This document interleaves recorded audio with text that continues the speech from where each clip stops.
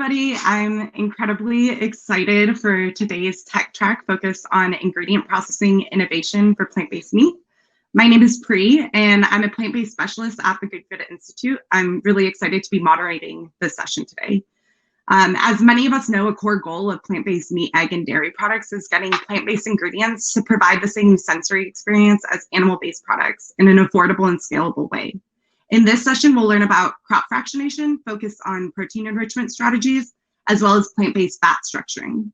Our speakers will discuss a wide range of ingredient sources, including mung beans, chickpeas, rice, peas, and soy. We'll start with a few talks and then round out the session with a live panel discussion. So here's a more detailed view of the agenda today. First, a welcome and agenda, as well as the rules of engagement that you guys have seen in previous sessions. We'll have two flash presentations. Oh, I can quickly, yes, we'll have two flash presentations from Miek Schlangen, who is a GFI grantee, as well as a PhD candidate in food processing engineering at Wageningen University. We'll also hear from Lana Zivanovic, who is the Chief Scientific Officer at InnovoPro, focused on the chickpea revolution. Next, we'll hear two longer talks from Chris Gregson from Paragon Pure, who is also a GFI grantee, as well as from Kushal Chandak, who is from PURIS Holdings and is the Vice President of R&D there. We'll round it out with a great panel discussion with representatives from NIZO, Benson Hill, as well as our two flash presentation speakers, Miek and Lana, will be joining us again, and we'll be able to answer some questions from the audience during that. And as always, just some reminders about participation guidelines. We really want this to be a fruitful technical session, so just be mindful of your other participants. Please speak courteously to each other. We'll be monitoring the chat and really don't want to see anything that distracts from the session and the really great technical details that we'll be hearing today. If you need any help technically, I suggest refreshing your page or going to the Expo tab and going to the help desk there.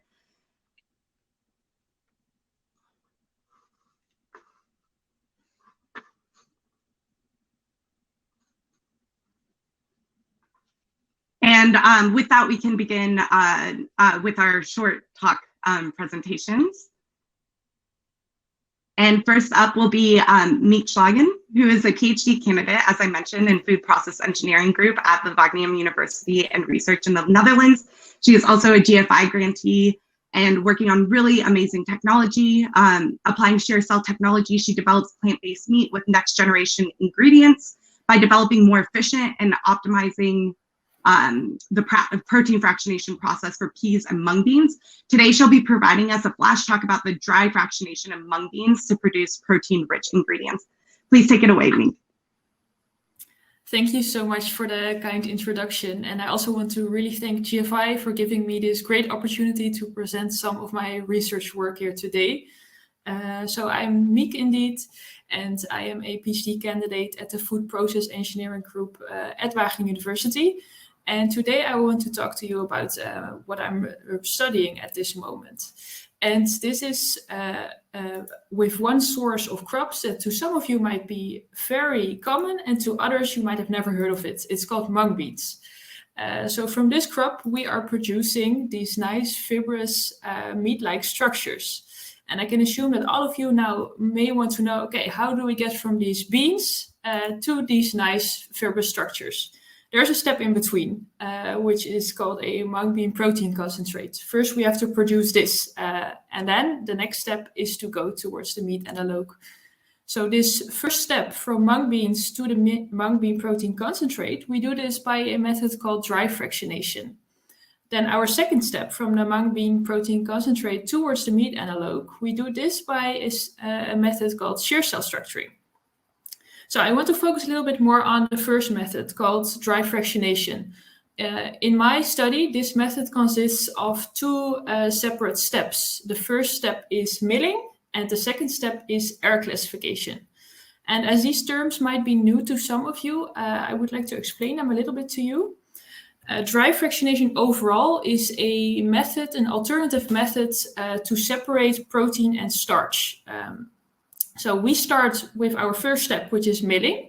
And in milling, we take our mung beans, our whole mung beans, and we mill them into smaller particles. So these smaller particles are, for example, starch, protein, and fiber, which you can see here. Our second step is that we want to separate the protein and the starch from each other, because for the production of meat analogues for this mung bean protein concentrate, we would like a fraction that is high in protein. So our second step, first we have the flour, which is the particles of the starch, protein, and fiber, like you can see here in this SEM image. And our second step then to separate the protein and the starch is by air classification. So how this method works is we have our air classifier, this is the machine, with an airflow coming up from the bottom to the top, and we have a classifier wheel, which you can see here. And the classifier wheel turns around and basically selects smaller particles to go upwards and bigger particles to go down. Well, this is very good because smaller particles, in our case, are protein and fiber, which you can see here in a SEM image, and then they end up in the fine fraction. While the bigger particles, in our case, are starch granules, and they are separated and they end up in the coarse fraction. You can see here in this SEM image that we have a lot of starch granules together, and we can almost see no protein anymore in this SEM image. So this is very nice. Now we have a flour, a fine fraction, and a coarse fraction. And we want to know then what is the composition of these fractions that we have created. So we analyze the protein content at different air classifier wheel speeds. So the speed of the air classifier, we can change it. And dependent on the speed, our results change as well. So the initial flour had about a protein content of 25%. And we can see that the fine fraction is majorly increased in protein content, while the coarse fraction is depleted in protein, just like we actually expected. And what is also noticeable is that when we increase the air classifier wheel speed, the protein content also increases. Just as a comparison for you, I have added here about the protein content of yellow pea of a similar fraction as well as from cow pea.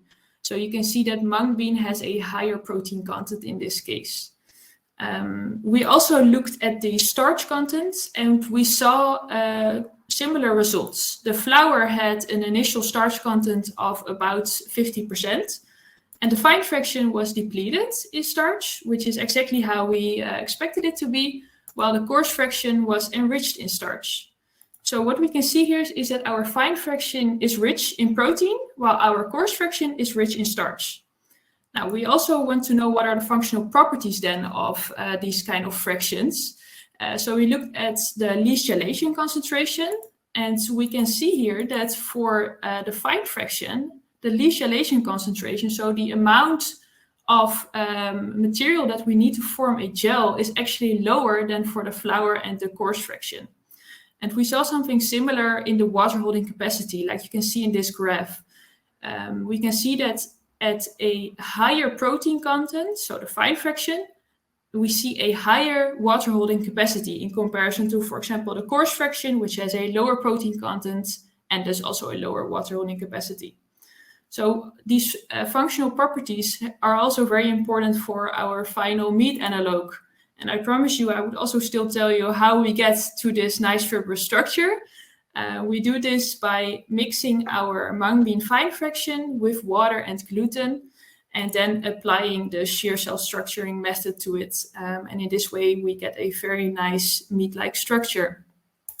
So just as a take-home message, I hope that now I've been able to explain to you that dry fractionation is indeed a successful method to produce protein-rich ingredients that are perfect for meat analog production. So thank you.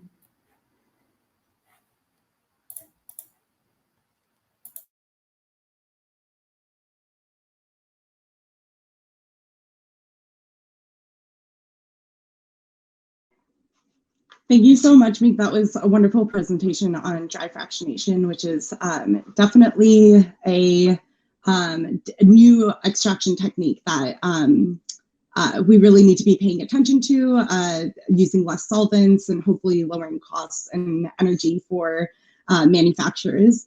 Next, we'll be hearing from Lana Zivanovic, and Lana is the Chief Scientific Officer at InnovoPro, an Israeli startup with a US subsidiary focused on chickpea protein enrichment. Dr. Zivanovic holds a Ph.D. in food biochemistry and leads the development of proteins from scientific discovery to application in finished products. She has an impressive background in academic and industry research focused on food production and improving the use of edible biopolymers. Today, she'll be presenting a flash talk on chickpea protein revolution. Welcome, Lana. See me and you hear me? So thank you to GFI for inviting me and us as InnovoPro to share with you what you're doing with this incredible plant of chickpea and how our chickpea revolution looks like. And also how we are contributing to this great task that we all have really these days to provide sufficient food quantities for human population that is growing while providing healthy food for humans and for the planet. So with that, let's please move to another slide. We see ourselves as enablers. So we produce the product, the chickpea protein concentrate that enables food companies to make great food products and food solutions to inspire healthier future generations worldwide. Next slide, please. We are based, and we started 2013, scaling up technology and protocol that was developed by Dr. Shmulevich. And now we have a commercial production of chickpea protein. Interestingly, Dr. Shmulevich started with the idea to provide healthy, clean food for his patients as a preventative healthcare measure.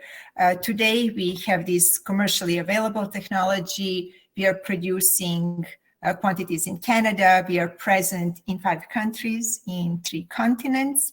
And we have been recognized for this great technology by Horizon Europe, rewarding us with Seal of Excellence, and by UN with the award that we received this year as a best small business.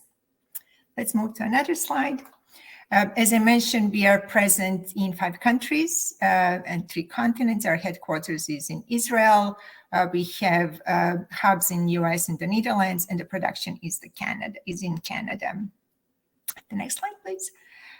So sustainability is truly something that we are very passionate about, and where the core business is all about, right? So we start with chickpeas. They're sustainable and a rotational crop. Rotational meaning that in years when farmers produce wheat and similar grains, these plants actually take all the nutrients from soil. And the next year when chickpeas or legumes are used, these legumes have physiology such that they absorb and utilize nitrogen from air rather than from soil, thus enriching itself and enriching soil, providing health to it. We source locally. Oh, sorry, come back.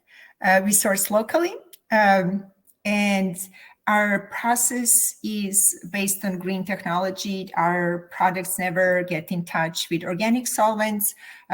We are working towards zero waste, and we are very conservative about utilizing water and energy. So very focused on sustainability through our entire value chain. Our CP Pro 70 concentrate, sorry, go back, is nutritional, great taste, very mild taste, and functional. The functionality that we have and we are providing with this product is such that can actually not only serve as a protein source, but can replace thickeners, emulsifiers, and some other additives in the finished food products. And we see this also as a part of sustainability, as reducing the ingredient number on the list, providing this clean label also helps food producers to decrease their supply chain and thus contribute to sustainability. Thank you. Let's move to another slide. So the technology is based on wet extraction, and although the wet extraction of proteins is not that novel, but we are very proud of that we actually tailored and optimized this technology so it really fits well with chickpea that we use as our raw material.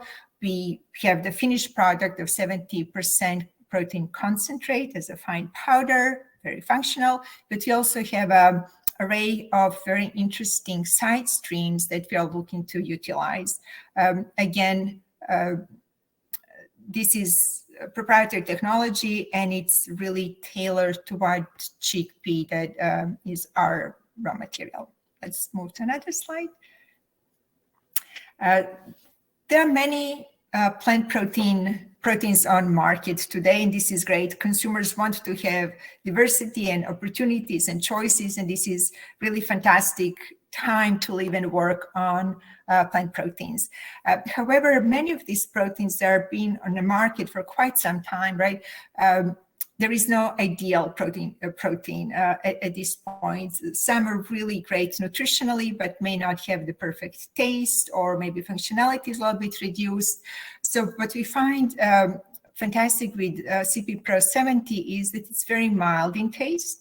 It has great nutritional value. It is multifunctional, so phenomenal emulsifying capacity, water binding, oil binding, and it's also sustainable, right? It is from sustainable crop. It's non-GMO. It is not recognized as allergen, which is also very important for many that are considering plant-based proteins and legumes.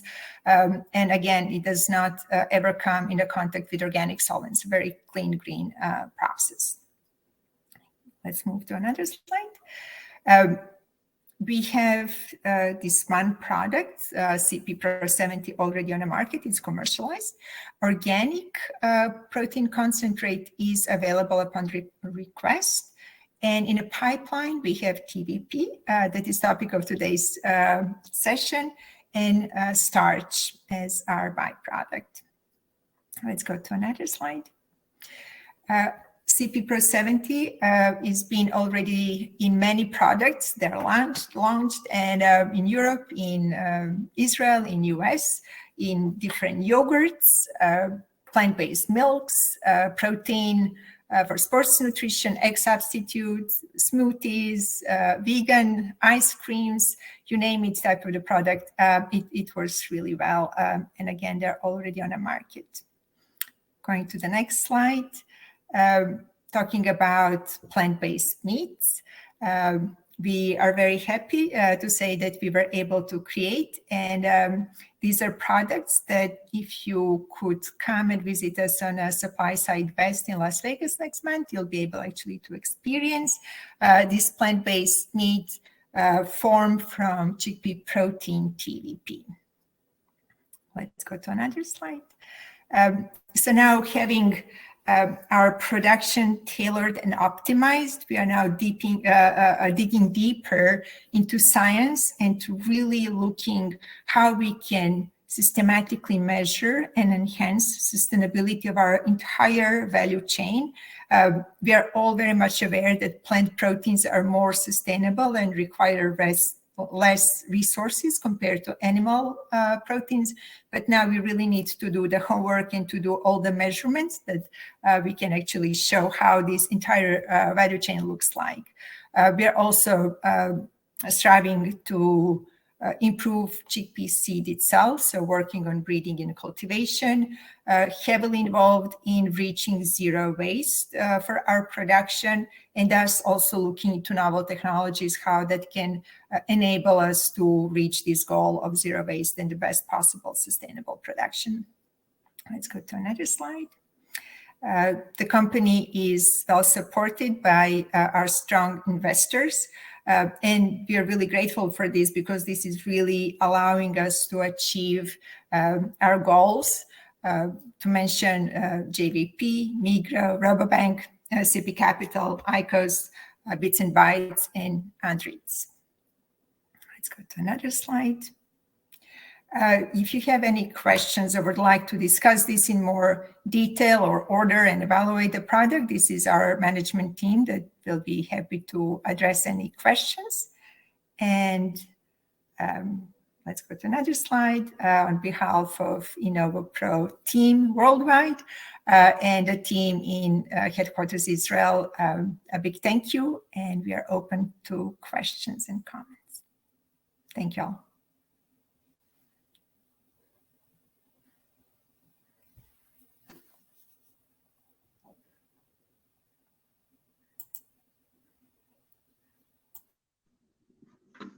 Amazing. Thank you so much, Lana. I really love the zero waste goals that you guys are going towards with the chickpea revolution. And I also love chickpea as a protein. It's so well known for consumers and people feel good about eating it. So thank you so much for your presentation. And next up, we have Dr. Chris Gregson. Excellent. He is the CEO and pioneer of Paragon Pure, as well as also a GFI grantee. And Dr. Gregson has a rich background in food systems, including studying delivery systems for flavor and fragrance, food texturization being via extrusion, development and commercialization of sweeteners ad ingredient, and consulting for alternative meat production. At Paragon Pure, he focuses on developing delivery systems for sensitive food systems like nutraceuticals, flavors, and colors. And today he'll be speaking to us about the challenges associated with plant-based fat production and the work that he's done to overcome these challenges. I'm incredibly excited to hear from him. Hello, my name is Chris Gregson and I am CEO of Paragon Pure, a company that develops high-performance food ingredients that are healthier, more sustainable, and consumer preferred. I'm also owner of Greenstalk Food Consulting, helping companies in the alternative protein space through food material science. Earlier this year, Paragon Pure was fortunate to get grant funding from the Good Food Institute to work on sustainable fats for plant-based meat, in collaboration with Ryerson University and Flavor and Fragrance Specialties. Today, I'm going to talk about some of the exciting innovation happening in the world of sustainable fats for plant-based meat. What makes this topic particularly important is that fat accounts for about half the dry weight and substantially more than half the calories in a typical meat product, whether that's an animal meat product or a plant-based one. And fat can be regarded as the key driver of sensory experience. It provides the white marbling that melts on cooking and leads to the juicy, delicious texture. And it's a carrier for both flavor compounds and precursors that create flavors on cooking. However, the basic fat and oil options available for plant-based meat are unsatisfactory.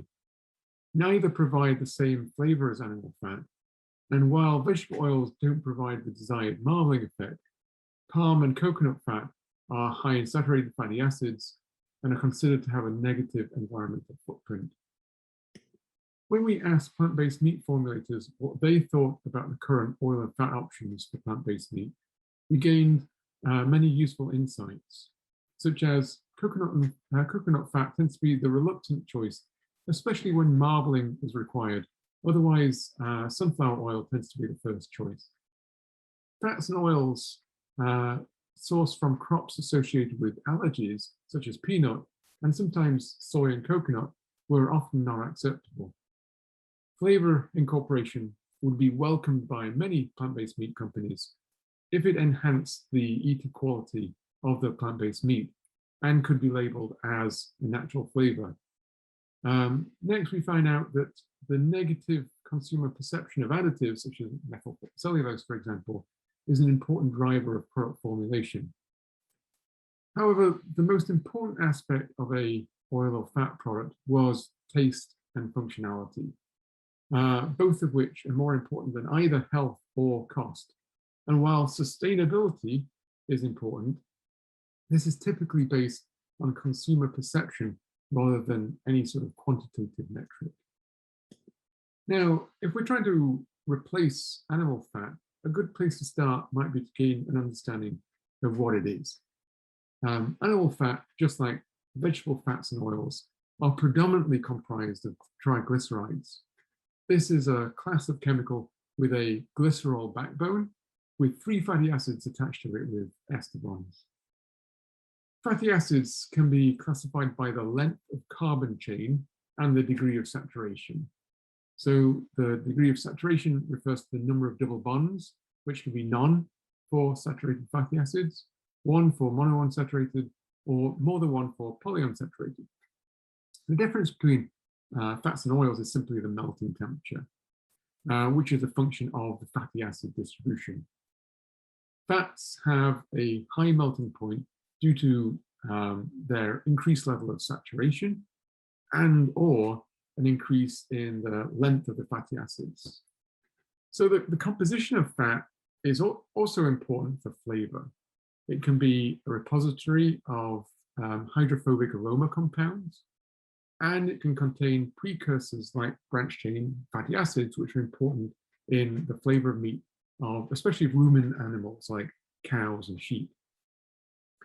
And fat composition can influence how it takes part in important flavor reactions, such as pyrolysis, lipid oxidation, and also the Maillard reaction. From a nutrition point of view, perhaps the most important aspect is the concentration of saturated fatty acids, the omega-3 fatty acids, and cholesterol due to their impact on health, either positively or negatively. From a functional point of view, the most important characteristic of a fat is the melting temperature, which again is governed by the degree of saturation and the fatty acid length. The melting point of animal fat varies widely depending on the diet of the animal, where in the body of the animal the fat is taken from, the species of animal, and the specific genetics of that specific animal. As melting point is mainly driven by the degree of saturation, we can get a useful view by plotting a melting point against the saturated fatty acid using representative values. We see clearly that the melting point of fat from cows, for example, is relatively high, around 45 Celsius. And that from fish is on the low side, such as 10 Celsius, or even lower for many species. Now, tropical oils like coconut, palm, cocoa, mango butter, shea butter, for example, have similar melting points to animal fats. What's more, they're fairly inexpensive and they're cholesterol-free, so there's many positive points to them. However, they are high in saturated fatty acids, they're tasteless, or have an undesirable taste of their own, and they tend to be grown in ecologically sensitive areas, so they're not all positive. Other plant oils can be derived from oil seeds like peanut and canola. They can be derived from tree nuts like almond and walnut, or cereals like corn or rice. These are low in saturated fatty acids, which might be a beneficial thing from a health point of view, but it also leads to low melting points. Again, they're cholesterol-free, and some, such as olive and rice bran oil, have nutraceutically active components. However, they're low viscosity fluids at room temperature and are tasteless or have undesirable tastes of their own. Some of these oils can be considered to be low impact oils from a sustainability perspective. Pongamia oil, for example, is derived from a leguminous tree that grows in depleted soils and is promoted as being carbon negative. And rice bran oil is an upcycled product from rice bran, which is a waste stream from rice polishing, which is available in large quantities. The food industry has developed a number of techniques to adjust the melting point of fats and oils. Hydrogenation, for example, converts unsaturated fatty acids into saturated fatty acids and thereby increases the melting point. However, this process is associated with the creation of trans fatty acids, which are known to be detrimental to health. A very common practice is applied to plant oils is fractionation. And this is where oils can be separated by crystallization, usually, into fractions higher unsaturated fatty acids called sterins, or lower unsaturated fatty acids called oleins. In this way, liquid rice bran oil, for example, or palm oil or coconut oil, can be converted into products that have a much higher melting point. And for rice bran oil, it can convert it into a product that's actually a solid at room temperature. However, this means that the saturated fatty acid content goes up, as well as the price. A very promising technology for the creation of sustainable fats is microbial fermentation, and several companies have set up focused on this approach. Most of these companies appear to be using modified strains of yeast to create fats with desired fatty acid profiles, such as replacing palm, cocoa, or even beef and dairy fats directly. The commercialization of these fats will be a great step forward towards sustainable fats for plant-based meat. But fats in animals is mostly in the form of adipose tissue. Adipose tissue has very different properties to simple fats and oils due to its structure. The fat in adipose tissue is in the form of droplets surrounded by a layer of collagen, and with long collagen fibers reinforcing the structure, a bit like rebar. This gives the fat properties that are typically advantageous to meat products, such as cuttability during the grinding of meat, and a triggered release mechanism that provides release, that prevents release, until it's mechanically broken by the mouth, leading to that juicy texture that people tend to like in meat. Despite the importance of this to the quality of meat products, we weren't able to find much in the academic literature by way of useful data on the thermomechanical behavior of adipose tissue relevant to food. So in collaboration with Kakanang Wujan Prekta and Derek Russo at Ryerson University, we set out to study the behavior of adipose tissue from cow, pig, and sheep. So the chart, this chart shows results from a thermorheological study on beef back fat. We did similar experiments with pork and lamb as well. During this experiment, we analyzed the mechanical properties of the tissue while we heat it up to 80 degrees Celsius and then cool it back down again to 20 degrees Celsius. And this represents the temperature change in the center of a meat product during cooking. From these results, we see that fat melting dramatically softens the adipose tissue, but the adipose tissue retains its solid elastic nature even at the highest temperatures, even at 80 degrees Celsius. A surprising finding to us was that once the fat had fully melted, further heating resulted in an irreversible increase in rigidity, which we think is due to changes in the protein structure. Fat crystallization doesn't begin again on cooling until the temperature lowers to about room temperature, and the structure largely recovers. So this allows the fat to have retain that sort of juicy liquid mouthfeel when eating. So using microscopy, we can get a better sense of what's actually happening during this cooking cooling process. With scanning electron microscopy, we see that the adipocyte cells are about 100 microns in diameter and in the form of single droplets that are closely packed and surrounded by a thin coating. With confocal laser scanning microscopy and a thermal stage, we can see how the structure changes throughout the heating process. In the fluorescence images, protein is shown in green and fat in red. And in the polarized light images, crystallized fat is shown as a bright white element of the image. So in these images, we see that most of the fat retains intact, most of the cells, retains intact on heating and cooling. But we also see that some of the fat cells have actually ruptured during this process. Heating results in a more diffuse protein phase, possibly due to partial protein solubilization during this heating process.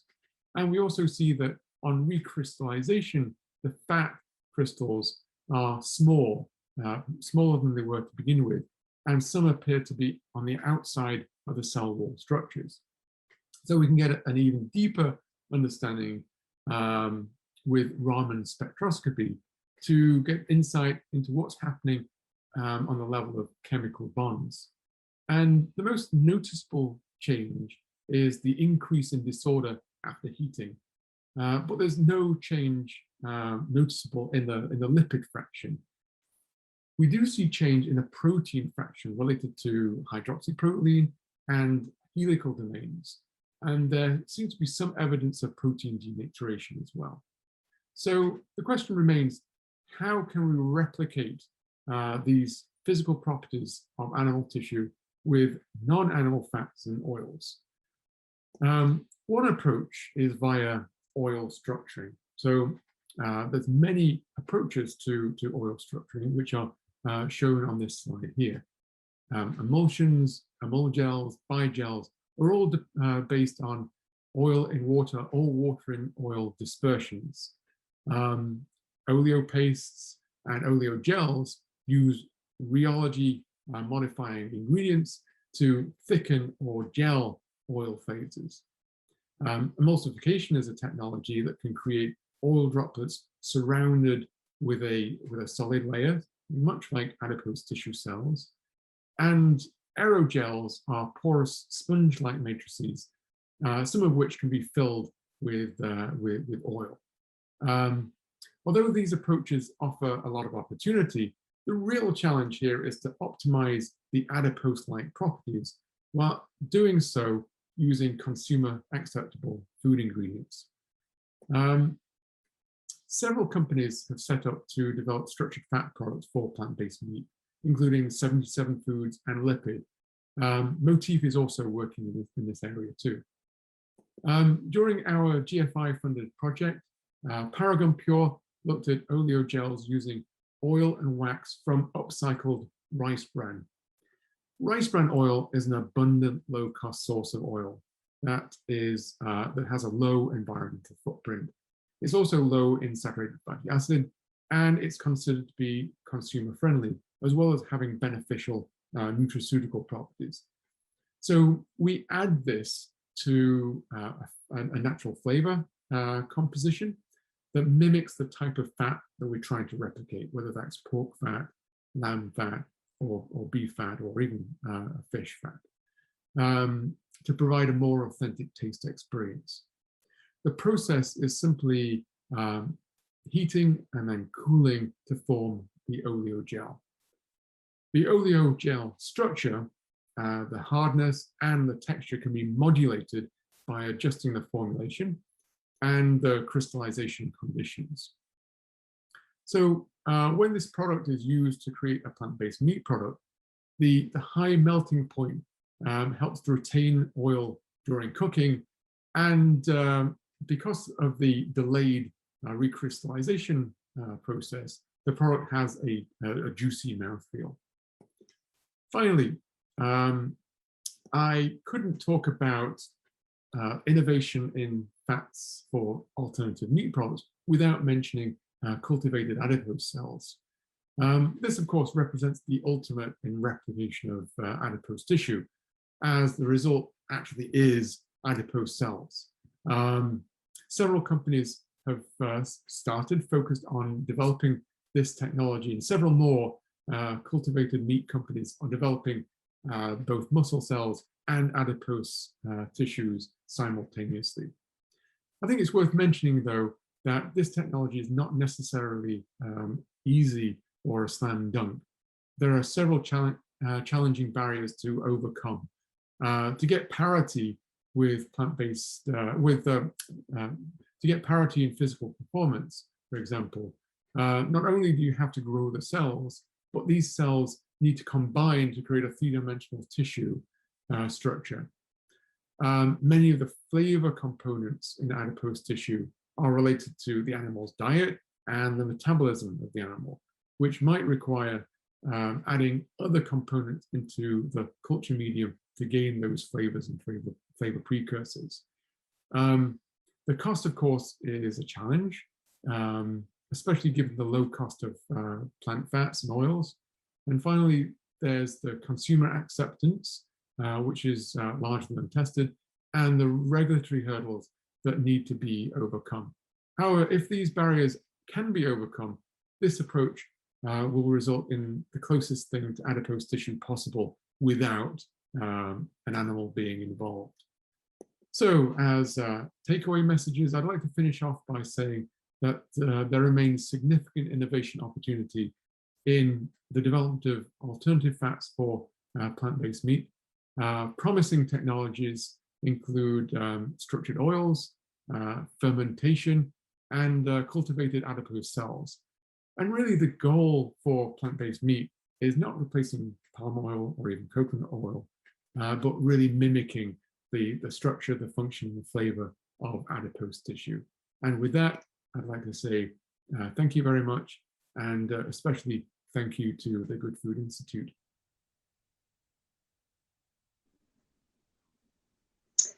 That was an incredible presentation. My name is Chris Gregson, and I am CEO.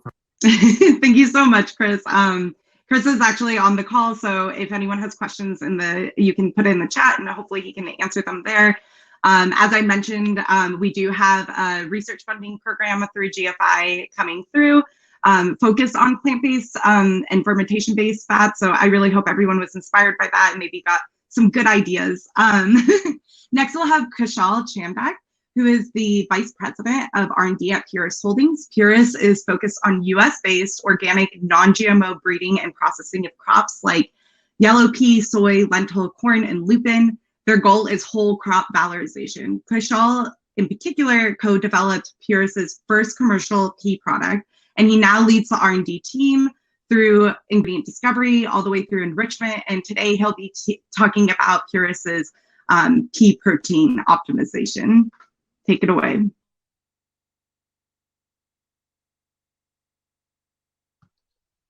Hi, everyone, and a happy Thursday. I'm Kushal Chandak from PURIS.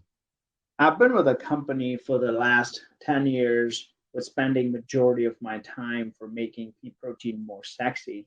I would like to thank Good Food Institute for having me today to share insights on ingredient processing innovation for plant-based meat.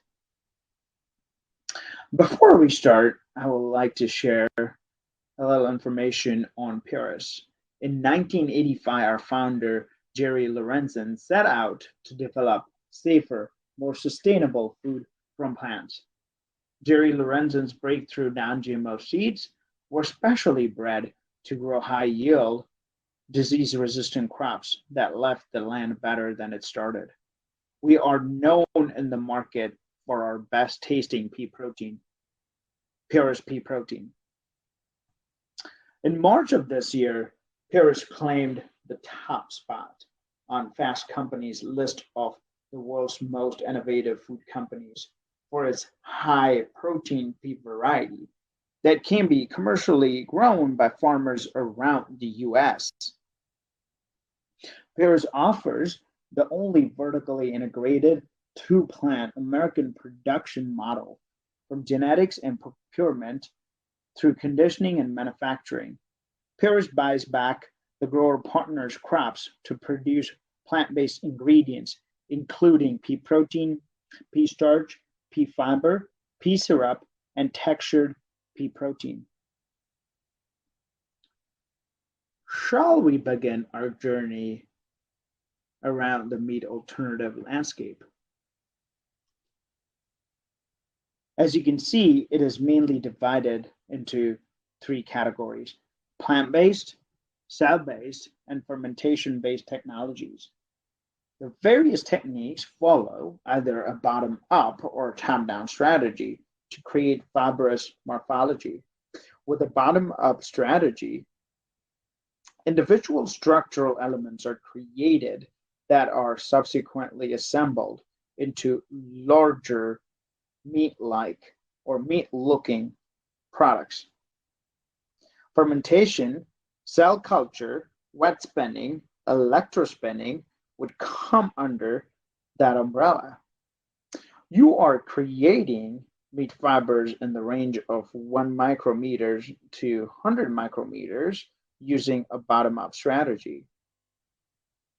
Top-down strategy would include extrusion, free structuring, shear cell technology, and mixing of proteins and polysaccharides. In a top-down strategy, you're creating structures that are 100 micrometers to 1 centimeter long. Out of all these techniques, extrusion is most used commercial technique to transform plant-based materials into fibrous products. It can be distinguished in 2 classes, low moisture and high moisture. Extrusion has been utilized for over 100 years in the plastic industry to produce thermoplastics and pipes. And in the 1930s, the extruders entered in the food industry. Nearly all plant proteins can be a candidate for the preparation of meat analogs and other alternative products. However, consider the wide availability, cost, and processing functionality. Pea proteins, soy proteins, and wheat gluten proteins are most widely used as the building block for alternative products. The native globular structure of legume proteins is not conducive to be a building block of the meat-like fibrous products. Hence, disruptive processes such as thermal extrusion, fiber spinning, which transform native globules into filamentous aggregates or interactive fibers, become a necessity. This table outlines the key differences between different plant proteins and underlines the reason that they all create a different texture under the same processing conditions. For example, the elasticity and extensibility properties of gluten are attributed to 2 major fractions, glutenin and gliadin. In food processing under appropriate ionic strength and heating conditions, individual subunits within 7S and 11S globulins will undergo dissociation, they will unfold, they'll aggregate, and they will form a more functional product with a higher solubility, a product that will have a more gel strength and emulsification capacity, and so forth. We are going to look at case studies in the extrusion space for creating plant-based meat products. This study was performed by Dr. Alvey and his team from Kansas State University. They have been developing a range of tests to understand the functionality of protein as it relates to plant-based meat products. So in this study, they compared 4 commercially available pea proteins with 100% gluten, a combination of 90-10 gluten to wheat flour, a combination of soy isolate and soy concentrate, as they call it, a soy mix in the study, and 100% soy concentrate. The first functionality test ran on samples was the least gelation test, LGC. Among the samples, you can see PP1 and SPC were the only 2 that formed gel upon heating and cooling at a 14% solids, followed by PP2, PP3, and PP4 that made a gel at 16% solids. Also, you can see addition of soy protein isolate with soy protein concentrate actually inhibited the functionality of soy mix to form a gel. The other test that was ran was the water absorption test that was performed on all the samples. You can see PP2 and the soy concentrate plus soy isolate mix had the best water absorption among all the samples.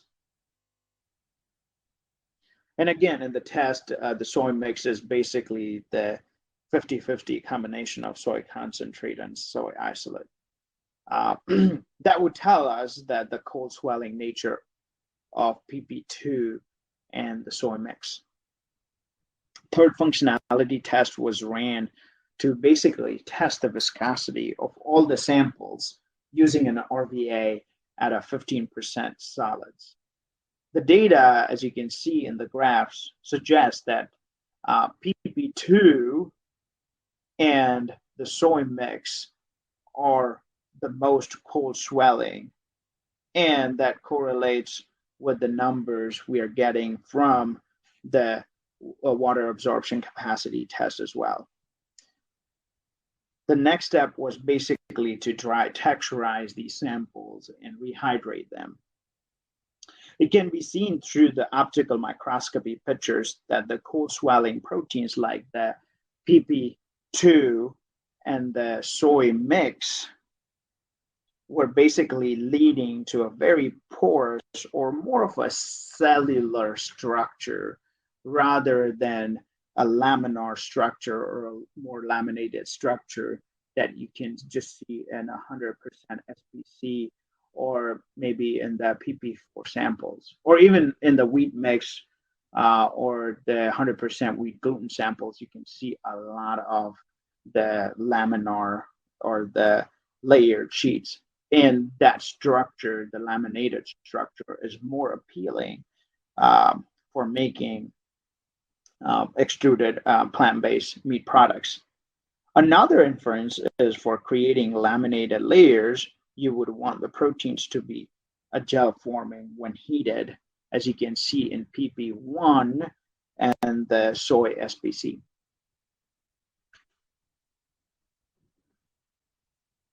In high protein in high moisture extrusion, fibrous products are produced with moisture contents of above 50% moisture. The proteins are basically plasticized or molten inside the barrel by a combination of heating, hydration, and mechanical deformation. When this protein melt flows through the die, it gets aligned by the laminar flow and is cooled to prevent expansion. This bipolymer melt forms two phases: a homogeneous continuous phase and a dispersed insoluble phase. So it basically has two phases, right? It's going to have that homogeneous continuous phase and it's going to have that insoluble phase. The insoluble dispersed phase is either formed during the processing in the barrel at high temperatures or is already present in the raw materials prior to processing. Whether materials or ingredients can be extruded depends on the ratio of this soluble and insoluble components. Too many insoluble components during extrusion will disrupt the protein cross-linking and result in an incoherent product. So this next study was performed by Chalmers University to investigate the use of different additives on the textural properties of pea protein.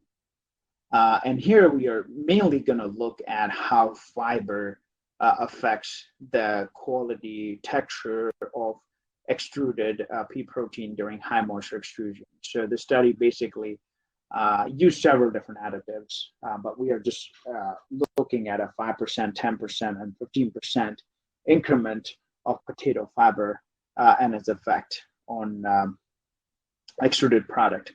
So as you can see, the dark purple arrows basically kind of outlines the starch that's present in the product. And so the starch is coming through the potato fiber. The light brown network is the protein indicated by the yellow arrow. And that's basically the continuous phase in this case.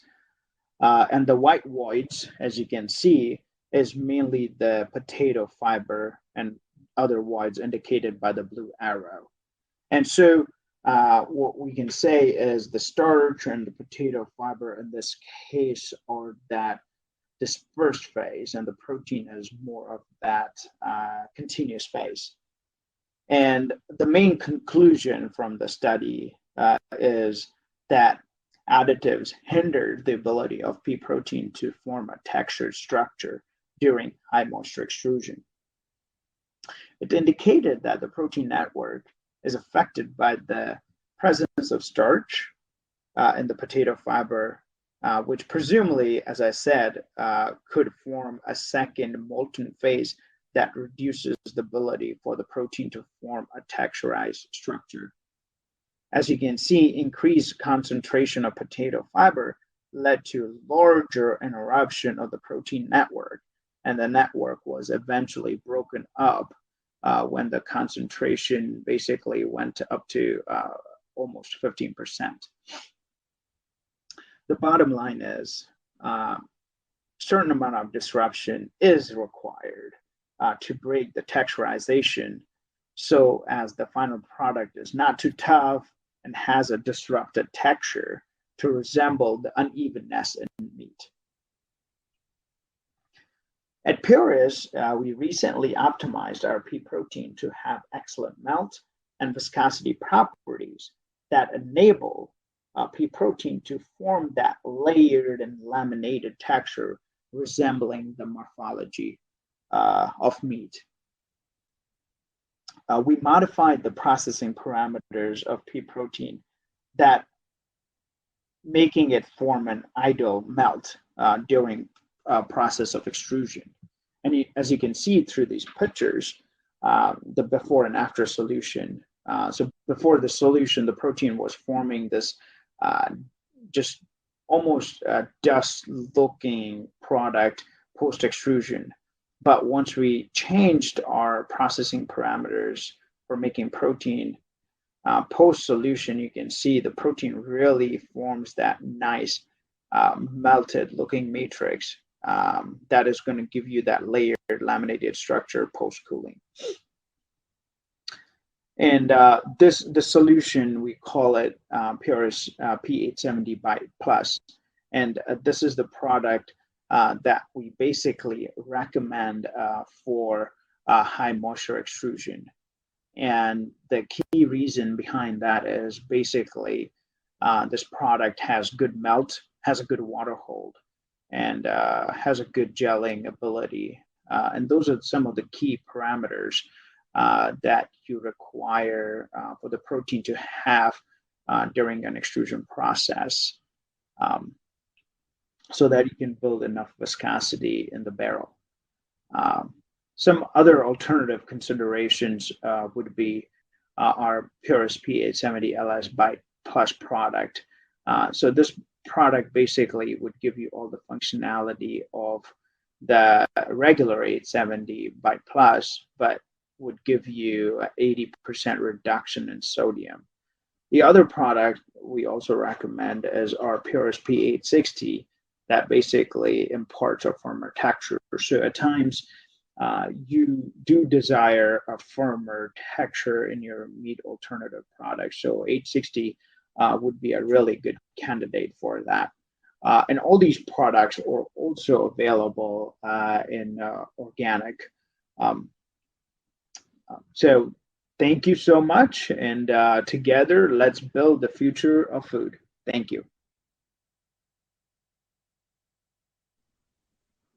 Incredible. Thank you so much, Kushal. That was really great presentation. Emphasized the importance of improving protein functionalities like gelation and water holding capacity during processing.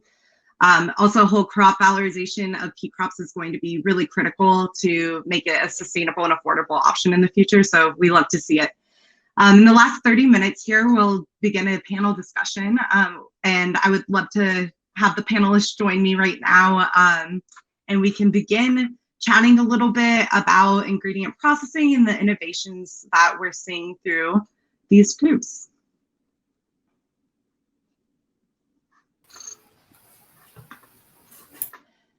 And as the panelists are joining, I just want to let everybody know I'll be monitoring the questions in the audience, and I'll definitely be asking those towards the end of the panel. I'll try to incorporate them as much as possible. I apologize if I can't get to them. But yeah, let's start by having our panelists introduce themselves. We'll go alphabetical by first name. So Ben, take it away. All right, sure. So I'm Ben Gray. I work with Benson Hill. I'm part of the strategy group here. With Benson Hill, we're really trying to work on the crops all the way from the the genetics underlying the crop all the way forward to the plate through the processing and actually making the ingredients in the food.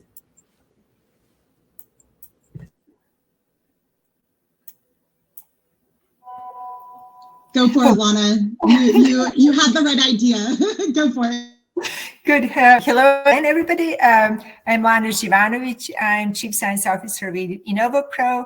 InnovoPro is a food tech company leading chickpea revolution.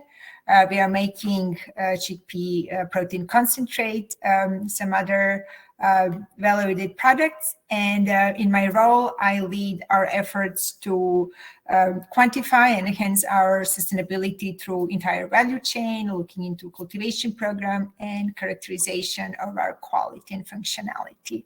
So looking forward to this discussion. Thank you so much. Miek, take it away. Yes, so I'm Miek Schlangen. I'm currently a second-year PhD candidate at the Food Process Engineering group at Wageningen University. You've already seen in my previous talk a little bit what my project is about, but mainly it focuses on the combination of dry fractionation and shear cell technology. So we use dry fractionation as a sustainable processing method to produce protein-rich fractions. And these fractions or ingredients are then used as raw materials for the shear cell technology to produce meat analogues. So by tailoring our dry fractionation process, we hope to optimize the protein-rich ingredients and also the functionality of these ingredients so that they are perfect for the shear cell technology. Yeah, and I'm Steven Cornet, also from the Netherlands, working for NIZO Food Research in Ede. And I'm a project manager there focusing on plant protein technology. So the work that we do at NIZO is on fractionation of novel ingredients, application and characterization of these ingredients, but also upscaling in our pilot plant facility. Excellent. Thank you all for joining me here today. I'm really excited to hear your insights. I'll begin by asking a question about purity and yield. I oftentimes see that if protein purity is the goal, that often means that yield will end up lowering and vice versa. I was wondering if any of you would feel comfortable talking about the particular techniques you use and how that play comes about with yield versus purity. Miek, if you wanted to start, I think dry fractionation is a really good example of that. Yeah, sure. Indeed, this is a very good and also very relevant question in my opinion. The balance between purity and yield is always a hard one. I hear it from all my colleagues as well, because you want high purity, but you also want a high yield. And both is often not really possible. Often you have to compensate on either one of them. So you want to find the optimum kind of. In dry fractionation, the good thing is that we can play a little bit with the purity and the yield. Usually in wet fractionation, you have a very high purity, but the yield is a little bit lower because you lose quite a lot of material during the extraction process. But with dry fractionation, we keep more of the material. So the yield is often a bit higher, but we compensate a little bit on the purity. But as I also showed in my presentation, we can alter a little bit our process by using the air classifier wheel speed. So by increasing, for example, our wheel speed, we say to our air classifier that we want to select smaller particles to go to our fine fraction. So if we select smaller particles, it means that basically only proteins are going to our fine fraction. So we are increasing the purity of our fine fraction. At the same time, then of course we are also compensating on the yield. So the yield of our found fraction is a little bit decreased. But by playing with this air classifier wheel speed, we can kind of adjust accordingly how we want our purity and our yields to be. So I think that is also a big advantage of using dry fractionation.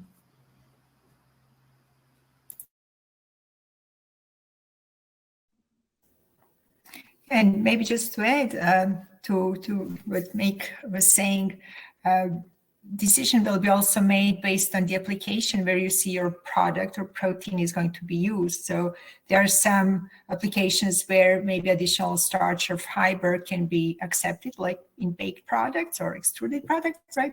For snacks, while in some other, there will be desire to be more purified protein. So you're looking for application and profitability and efficiency of the process for sure.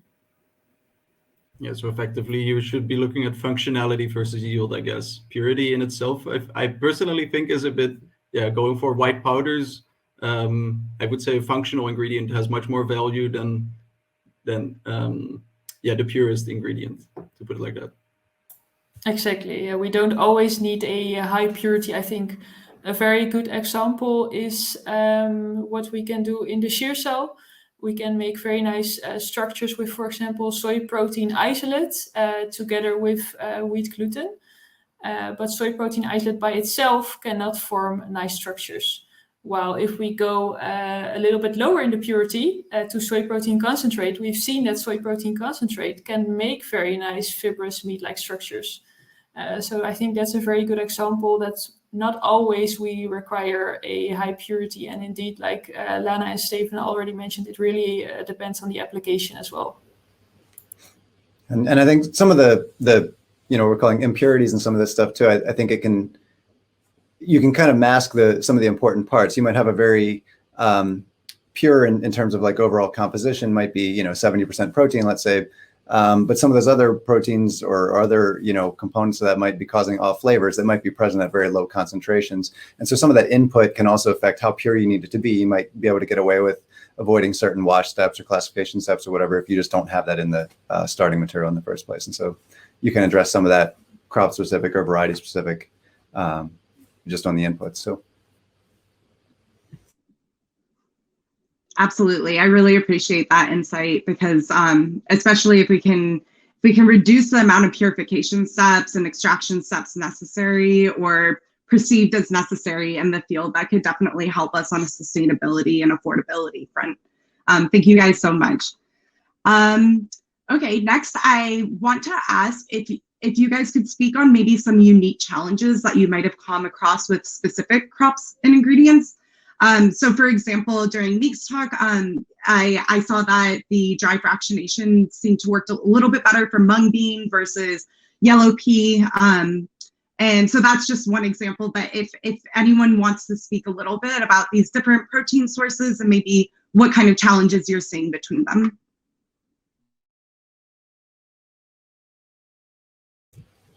Sure. I guess I can speak from Benson Hill's side. We're working primarily in soybean and yellow pea, so we're able to kind of leverage a lot of the resources that exist, for those two industries and protein sources. Unlike with mung bean and chickpea and some of these things where it's a little more nascent. So one of the areas there where we're seeing limitations is not so much on having a technology that can perform the various fractionation steps, but it's just capacity. A lot of the industry is built for of that processing industry is built for a certain size of input. And so if you have certain niche ingredients or if you're not the size of some of the more, the larger scale players, it can be very difficult. And so, we recently announced that we'd acquired some crushing facilities from a partner, Rose Acres, that allows Benson Hill to get some of that, but some of the capacity, but some of that's just really difficult, particularly if you're a smaller, kind of startup company and maybe don't have, train cars full of soybeans and whatnot or presumably same goes for mung beans and so on and so forth. But to bring to those facilities, it just becomes a real challenge, getting right size capacity.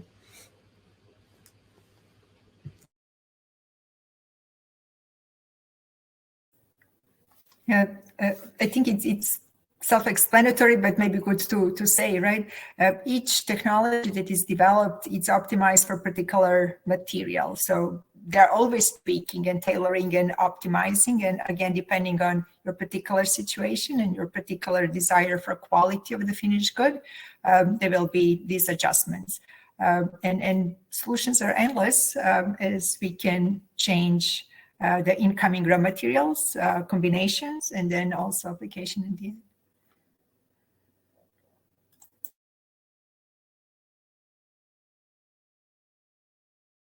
Yeah, maybe to add to that, often for the same botanical source, legumes, for example, you can do the same fractionation process in general to achieve a high protein purity. But as we discussed previously, that doesn't mean that you get a functional ingredient in the sense that maybe you have a lot of polyphenols in there that cause it either to be very astringent or it's completely black and yeah, it has very poor appearance basically. So it's often, like Lana said, adjusting the process, find the space in which you can operate to actually achieve the desired functionality in combination with the right yield to for that specific crop that you're interested in. But that's always a bit of you have to find your way, but it's often adapting an existing process, I would say. That's Yeah, I agree with that. If I speak just for dry fractionation, indeed, we see large differences between different crops. And then I mean with how we have to use the settings of our air classifier, for example, to get similar protein contents between crops. For air classification, we are separating based on a density and size difference between protein and starch. But for example, the size of the starch granules, they differ dependent on what kind of crop you take. So if you take mung beans, the starch granules have a certain size. But if you take chickpeas or even yellow pea, the starch granules have a different size, which means that we have to adjust our dry fractionation process. So indeed, often it's adjusting, optimizing for one specific crop. Absolutely. Thank you all for that insight. My next question is inspired by Ben being on this panel, as well as something that Celeste from Impossible Foods said earlier in a different session. She suggested that crops be grown for quality instead of focusing just on yield and disease resilience. What can we do beyond that to get a really good quality for these plant-based products? And oftentimes when we look at ingredient processing, we're just so fixated on once you get the fractionated part of the crop, what do you do to enrich it further? But there's some things that we can do kind of upstream to really get that good quality. So Ben, I would love to hear a little bit on Benson Hill's side of this, and anyone else who wants to chime in afterwards. Sure. So Benson Hill, historically, a lot of our company's expertise is in crop genetics, and for various traits, we've focused on improving that through breeding and other technologies. As it relates to the plant-based foods and plant-based proteins, to Pri's point there, the input matters. And so as looking at soybeans in particular as one, I think, very relevant example, there's been a lot of optimization for soybean yield, and that's been very successful, but unfortunately there's been a drop in protein that's been associated with that. And so here at Benson Hill, we've built a proprietary technology platform. We call it Crop OS, that allows us to look at various traits, one protein being of course key for these kinds of things, and simulate what thousands of crosses might be, and it might give you, and so that allows us to prioritize those that are going to give us the highest protein and deprioritize those that are going to give us the lowest protein. And some of that, to kind of come back to some of the answers to the other questions, when you hit certain protein levels, and also when you remove certain impurities or enzymes and so on and so forth that can cause some of those off flavors or off-putting visual things that Stephen was alluding to, that allows you to avoid some of those processing steps, and that's going to decrease cost, obviously, and also the environmental footprint associated if you can avoid some of the water use and so on and so forth with some of those washes. That's kind of the general thesis is, protein content itself, just the concentration of protein in the seed is a key thing. And then, really focusing on some of those the off flavors and things like that. And then in addition, we also are looking at some other traits around, oil quality and like I said, certain other enzymes that affect the output of the final product. And so you're looking at what ingredient do I want to put, on the plate or in the food producer's hands, and kind of engineering toward that, starting from the genetic side of things. If I can respond to that, because I find it very exciting, of course, that you are tuning effectively what comes out of the plant. So that's, I think, very cool. But then I'm referring to a paper also about soy, where they did a very intensive fractionation to split soybean storage proteins into the two main fractions, which was a lot of work for them to get tiny amounts, but they had very different properties. Is that something that you're also looking into to actually tailor the genetics of the crop to actually have a different protein composition in terms of storage proteins as well? Yeah, I mean, I can't specifically speak to that, to looking at the 11S, 7S, all those different, and even within that, you can get a little more focused on this or that glycine subunit and so on and so forth. Yeah, absolutely. All those different proteins certainly do have different functional properties. And so, like I was just mentioning, the overall protein content of your crop is going to be a really critical input into your process, right? And so, we have crop genetics that allow us to get, in the neighborhood of 48+% protein in the bean, right? So that's just looking at overall protein. But you're right, Stephen. I mean, engineering for this, more of this, type, and the soybean seed and other legumes, they're very plastic in terms of that storage protein composition, and absolutely you can engineer for functional qualities in addition to just total amount of protein in the bean or in the seed. Yeah. So is that something that we can also expect in the market then, to have a high beta-conglycin in soy protein, for example? I mean, I can't speak to that specific project, but like I said, absolutely. As far as it relates to protein quality, that's very much a piece of what we're looking at in addition to just overall protein. Oh, nice. And maybe just to add to this conversation, it's also about anti-nutritional factors in plant materials, right?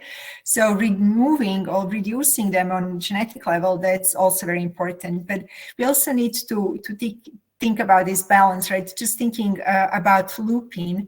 Old varieties of lupin were very rich in alkaloids that were preventing this lupin to be used for animal feed. So there have been breeding programs to reduce and to create this sweet lupin with low alkaloid level, which is phenomenal and it's really good.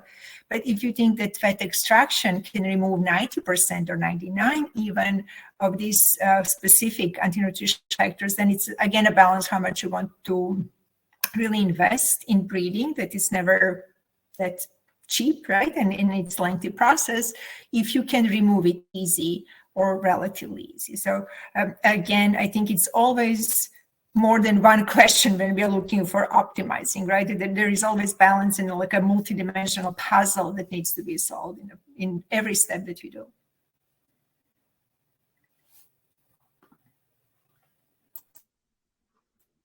Yeah, absolutely. I feel like a lot of the answers to ingredient processing questions are answered only experimentally, depending on the source. There's always a lot of different parameters that go into play. And Stephen, I love that you brought up protein fractions and how we can kind of zoom in even more at these heterogeneous protein mixtures that we find in soy or pea or mung bean or any of these crops, and how can we even optimize that even more so. And that's such an intricate detail that I think will become really, really important in the next years to come. So thank you. And you made my job easy by asking more questions within the panel. And so I think next I would love to talk about whole crop valorization and side stream usage.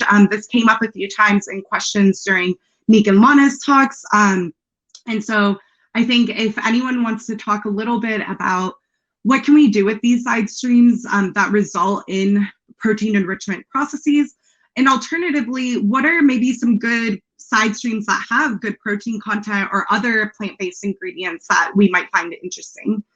So go ahead, take it away. Good. I think this is also a very relevant question again.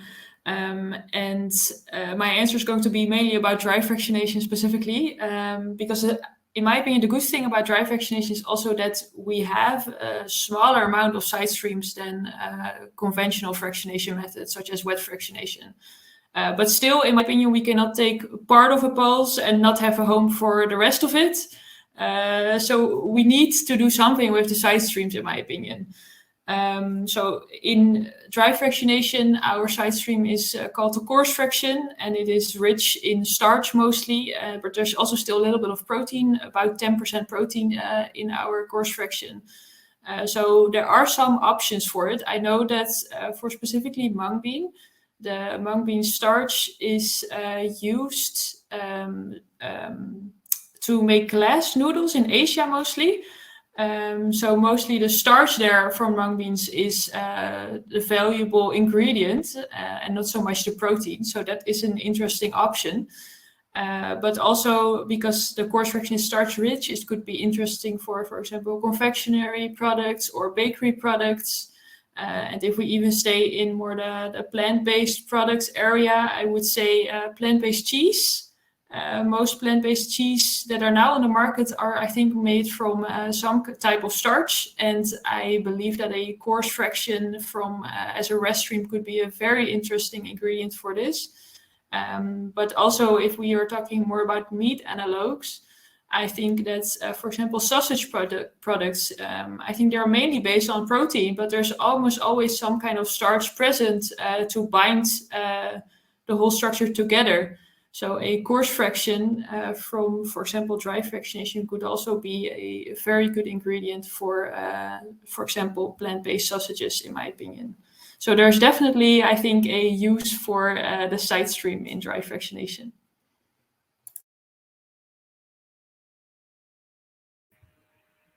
Yeah, I can comment a little bit on side streams, because something that is often a bit frustrating is that you can have a very nice side stream which is quite dilute. On paper, it contains a lot of protein, but because it's so dilute, it's very, very expensive to concentrate it and to actually obtain the final ingredient. So these tend to get wasted sometimes because they're just simply not economical in terms of actually concentrating and drying them to stabilize them. So that's I think is a bit of a struggle at the moment in terms of side stream valorization.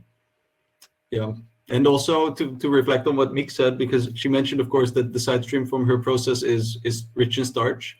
But also when you build a protein factory, effectively, you're also building a starch factory, which has double the capacity, because often the ratio for protein crops is 1 to 2 in terms of starch or protein. So it's, you have to get a market as well for your starch, which I can imagine is quite a challenge. And I would love to hear if you're dealing with that as well, Lana, but of course I can imagine that's a tricky question. Yeah, I really wish we meet again and then I share more about this, as yes, this is a very interesting topic, right? And many things that are very interesting on a lab scale. There is a need to scale up and also to find the business model for that. So a lot of challenges, and that's what I'm saying. It's always like a multi-dimensional puzzle, right? A lot of things need to come in place, and functionality of that starch. Not all starches are made the same, so some will have some specifics, and finding that specific application is also part of the solution. And starch and any other side stream product, right? Finding that application that is economical and efficient.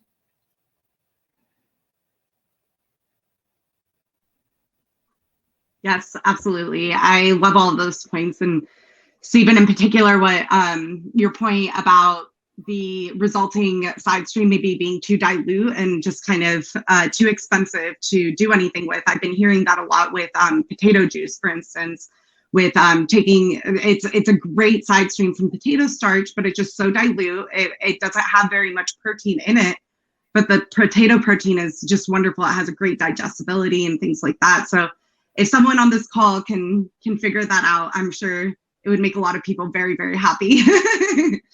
Excellent. Okay, so I think this is a little bit more broad, but kind of goes to the scalability aspect that Lana was just talking about with side streams. But more broadly pulled apart, what are the biggest scalability challenges that you're seeing in the industry, or maybe particularly with your research?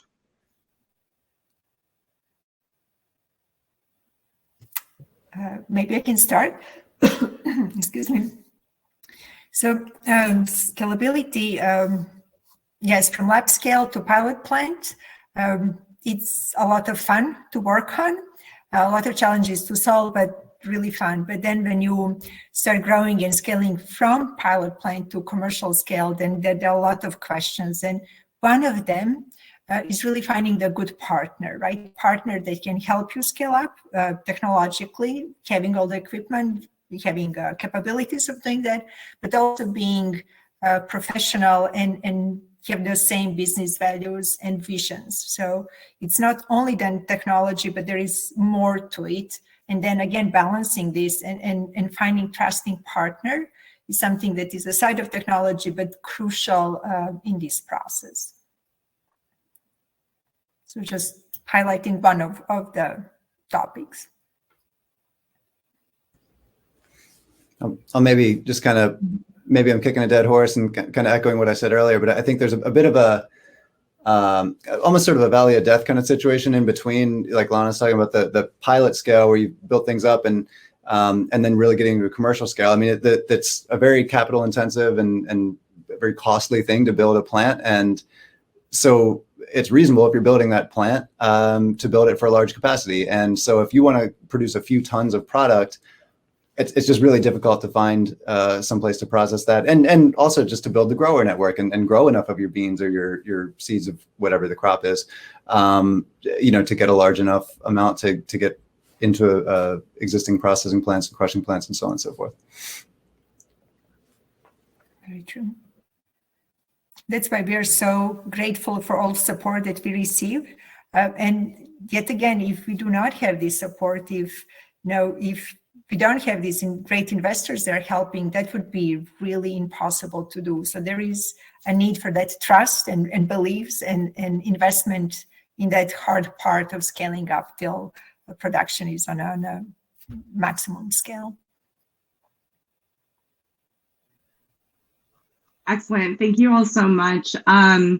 So with that, I think we're going to wrap it up. I'm not seeing very many audience questions. I do see this one from Marjorie. If Miek, you want to quickly answer it about how does controlling particle size between conventional protein processing and dry fraction impact the ability to texturize protein? I do know that sometimes it requires a little bit more of a finer grinding process prior to dry fractionation to achieve that really good particle size. But if you want to talk a little bit more about what happens downstream as a result. Exactly. What you said was correct. We do a milling step first before air classification. And this milling step really has to be adjusted to the type of crop that we're using. Because in the milling step, basically what we want is that all the starch granules and the protein particles are separated from each other. If they're separated from each other and if they kind of lie loose in our material, it's then easier for us to then separate the protein and the starch from each other in air classification. And if we do that first milling step correctly, then our air classification usually runs very smoothly and we get a small particle size in the fine fraction. I think that's the short answer. Excellent. Okay, thank you all so much. I really wish that we could do this discussion for hours. Honestly, I have so many questions for all of you, but it was really such a pleasure this past half hour, and thank you so much for your time. With that, we'll wrap up this session. Before everyone goes, I just want to mention a few resources. We do have the resources below the screen here. If you take a look, we have links to them, and then this slide also shows them. The plant protein primer is one of, in my opinion, one of the greatest GFI documents if you're really trying to look at what type of protein source and what their digestibility and functionality properties are. We have some key consumer insights, as well as formulating with animal-free ingredients report. And I really want to emphasize again the GFI whitespace collaboration. I mentioned before that one of our priorities is producing plant-based or fermentation-based fats in plant-based meat. Another priority is generating cell lines for cultivated meat research. And just really quickly on the last point about scalability issues and finding really good partners, below we also have a link to a contract manufacturing database where we have a few partners that are willing to collaborate within that tab. So if you're looking for somebody to help you with scalability or extrusion, that might be a really good place to start. And yeah, thank you so much. I really appreciate all of you being here, and I hope you have a great rest of your conference.